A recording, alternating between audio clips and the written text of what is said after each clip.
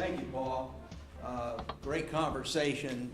The one thing that I did take out of it, and maybe a couple of my other older friends in the room, is once I put my lifeline down, it wasn't a whole lot of room on the other side.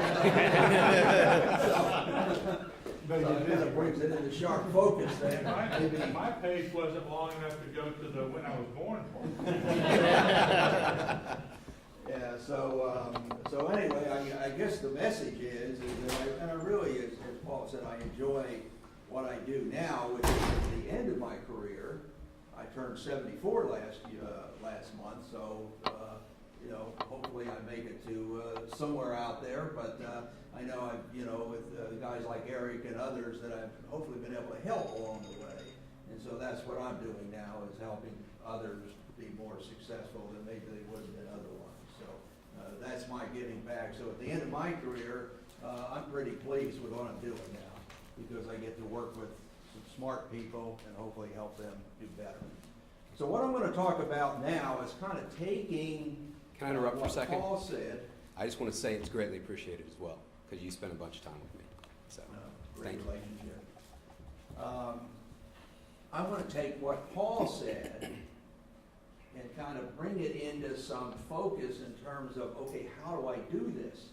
Because one of the things that I hear oftentimes as I'm working with the folks in my CEO groups is I don't have the time, right?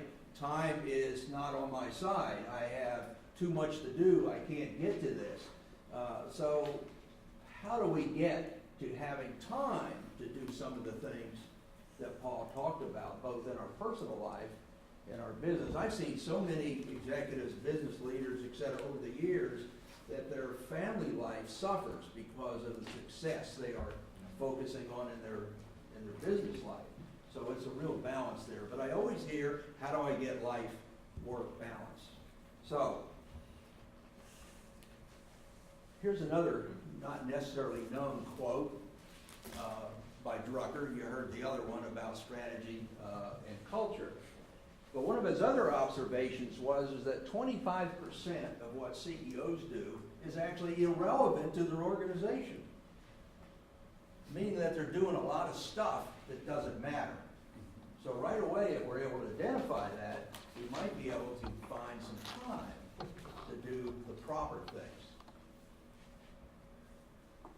So I'm just going to go through a little practical exercise, and this information is pulled from what many of you that are familiar with the traction model. I know Chris is going to address that a little bit after me, but from the it's called delegate and elevate. In other words, if you are doing everything as the business owner and are not delegating, trusting others to do things, then you're constantly never going to get out of it. You hit that ceiling, and your capacity is limited.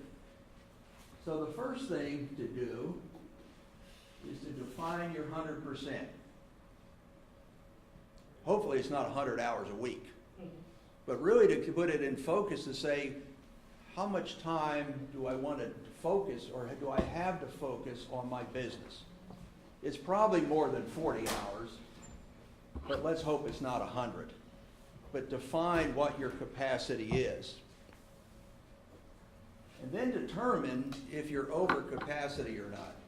I mean, if you're coming home every day and you're just totally exhausted, you have no more gas in the tank, you are over capacity. So kind of realize where that line is. So here's some steps to do it. Might take a little effort on your part, but list everything you do. Take a week and just list everything you do. Take those things that you do associated with people and put them to the side. Why? Because probably the most valuable time you spend, back to the culture conversation, is the time you spend with your people.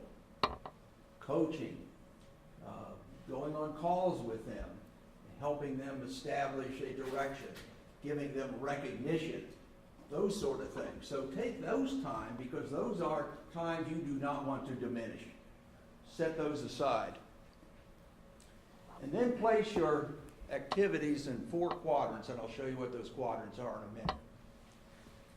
And then plan how you're going to delegate based on this exercise we're going to do here in a second. So, open up your books to, there's a thing at the bottom that has 4 quadrants in it. Everybody find it? Page 8. What page is it on? 8, okay. So the first thing you're going to do, and here's what we're going to do in a second, is that I'm going to have you team up again and have you do just a couple things. But number one, if you're going to let go of the vine, you've got to prioritize what you are spending your time on and what you are going to delegate. So the first quadrant is what you love to do and what you're great at doing. Obviously, that's where you want to focus most of the time. The second one is you like to do it and you're good at doing it. But the bottom one you don't like to do and you're good at doing it. And obviously the last one you don't like to do and you're not doing. So if you're able to come up with that list that you record for a week or 10 days or whatever it is, and then take that list, separate out that deals with people, and take the rest of it and put it in one of those 4 categories. It'll bring some clarity in where you're spending your time. So let's take a minute, turn to your partner, and just really do 2 things. Come up with the number 1, what you love doing and you're great at doing, and what you don't like and you're not good at doing. This is what you're doing now, okay? I mean, this is that list that you would have compiled over some time, but just off the top of your head, write down the number 1 thing you love doing and you're great at doing it. That should not be delegated necessarily. And the other one is you're doing it and you hate it. So that's something you certainly could get a plan to delegate if it's important to the organization. So take 5 minutes here and turn to your partner as you did before, and each of you come up with at least 1 item in the top left and the bottom right. What do you love doing? What are you good at?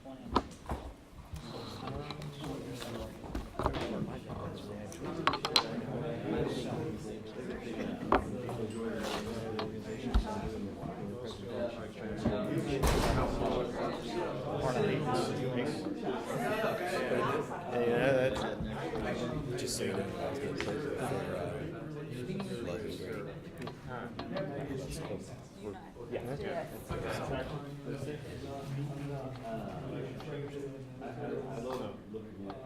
What do you both like to do there? Yep.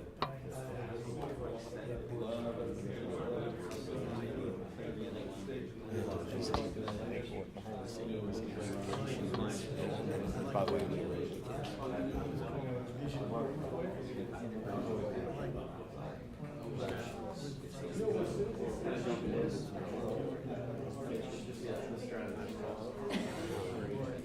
Also, I would say it's service work. I don't like it. Yeah, I guess that's right. Same with me too.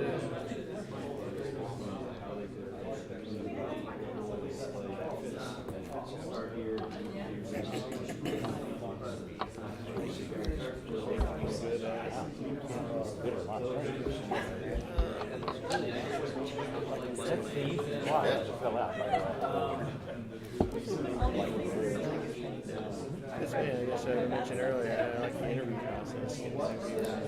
Organizations and learning about it. Good listening. Take up.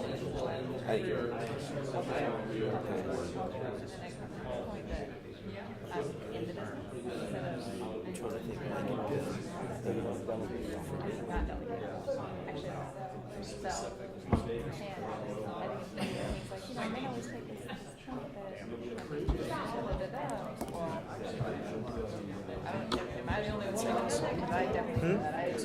Every time where I say, I won't have it. I won't kill myself.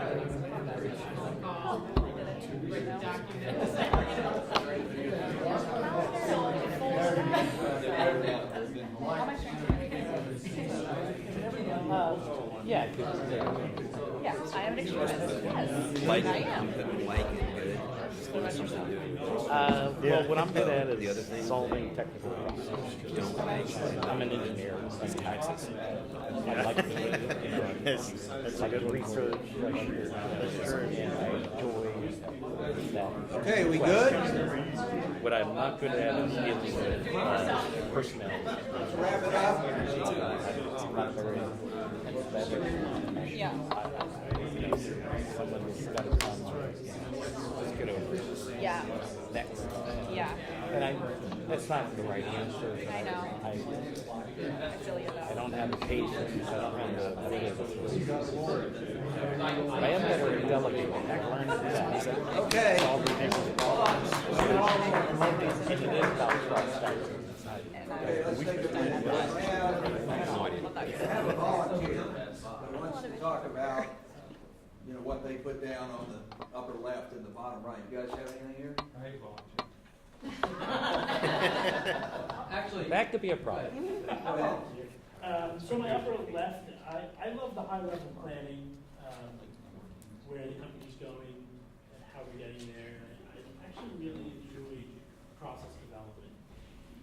What I absolutely hate is the accounting, HR, and the legal side of that. But you are involved in it, Oh my God. and you hate it. Okay. We like lawyers, just not the legal stuff. At a personal level, yeah. I'll start with the hate side of it. I don't like, resourcing parts and materials, shopping for a living, basically. And my brother is the engineering side of our business, and really would think that would be more his side of it. So sometime early in the business, when he didn't have time, I started helping him by shopping for parts and vendors, and somehow never grew out of it. I don't really like it. I'm not very good at it. And how about, what do you love As soon doing? as you took the people part out of it away, I'm still trying to decide. But I think mostly building a culture of working with the. And it may be just the people that are up there, so nothing wrong with that. Who else has got a thought here? Go ahead, Harry. I was just gonna say, the thing that I love most is, and I think I'm pretty good at, is my engineering background and all that, is going into an organization, asking the right questions, and I love solving problems. And I love looking back at it and going, we helped you get from here to here, and you're happy. And then we create a process for checks and balances. The thing I don't like, and I'm not good at, is, and I have the account managers behind me to help me with this, but it's the paperwork, and I hate taxes. And I'm not good at it. All right, Johnny, go ahead. So I'm also an engineer, and I enjoy solving technical problems, doing the research. That's something I really gravitate towards. What I'm not good at is dealing with personnel issues. I don't have a lot of empathy for people. I say, just kind of get over that and let's move on. And I know that's not right, but that is what's in my head, That's not a one. Well, Yeah. again, when I Yeah. say separate out people issues, I'm talking about positive people issues, right? Right. So, anybody else want to put something Have- out? This is a really interesting exercise for us No, I don't. because what I'm seeing is that what I love to do, she really doesn't have any interest in, and what she hates to do, I'm really, really good at. So I really love and I'm really, really good at relationship building, interviewing, asking questions, listening. And she doesn't have any interest in that at all. But yet, I don't want to do the minutia. I don't want to do the Excel spreadsheets, and she loves doing that, and the math, and all the technical stuff behind the scenes. So it's interesting how this blends together. Right. Well, I would suggest that all of you, we got something here? Jeremy, I'm sorry. Yeah. Okay. Family business thing. So we took over a family business a couple years ago, and it's, I was always kind of left on the outside, being able to speak into it. I was a part of it for 19 years, or 17 years at the time. And I think the thing that I love doing more than anything right now is just asking why. Why do we do it that way? Some of the strategy stuff and the culture, and we had silos internally, and it never made sense. So, And the worst?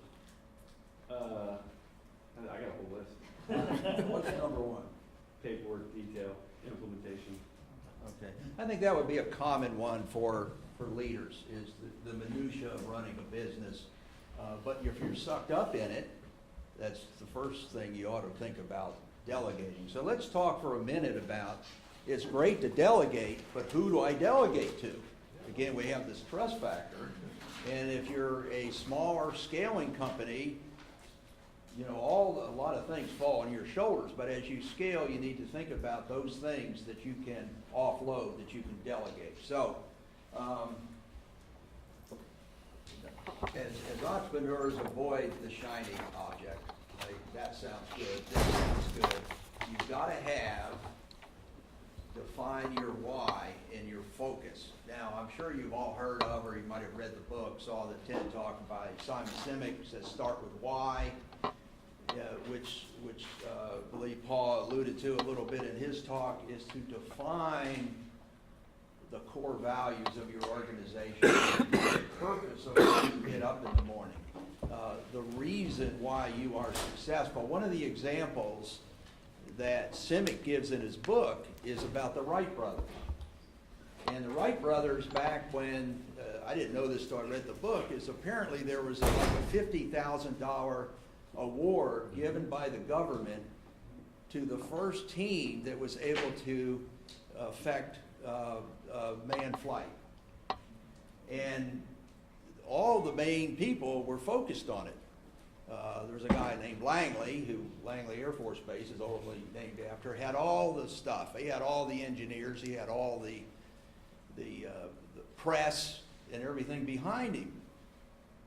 What he didn't have is culture, because his goal was to win the prize. Then there were these two guys up in a bicycle shop in Dayton, Ohio, right? They had no money, they had no recognition, but they had a focus. They understood their why. They were going to change humankind by achieving powered manned flight. So their team did not take compensation. They worked on the accomplishment of that goal. And guess who got there first? Because they had a culture and they had a focus, and they have defined the why first to bring that team in. Again, what Paul said is that everybody understands their swim lanes, everybody's in it, and everybody's communicating. To your point, there is no silos if everybody is bought into the why of the purpose, of the foundational reasons as to why you're doing what you do. I think another real current example of that is, we just heard it in the news a couple years ago, whether you believe or not in their particular focus, but remember when Hobby Lobby and Chick-fil-A went to the Supreme Court because with the Affordable Care Act, they had to provide contraception through their health plan. And because of their religious beliefs, they did not believe in that. Their core values were not in alignment with them having to do that. And they risked, actually, the whole success of their companies by going to the Supreme Court. And obviously they prevailed, and they're both very thriving companies. But that's an example of core values and fundamental foundational beliefs in your organization that everybody buys into. So if you don't have that, and I know Chris is going to spend a little time on this, but that's step number one. Step number two then is to get to the what. You know, what we do, how we do it, and make sure we excel at doing it. So hire people that share your why and understand your what.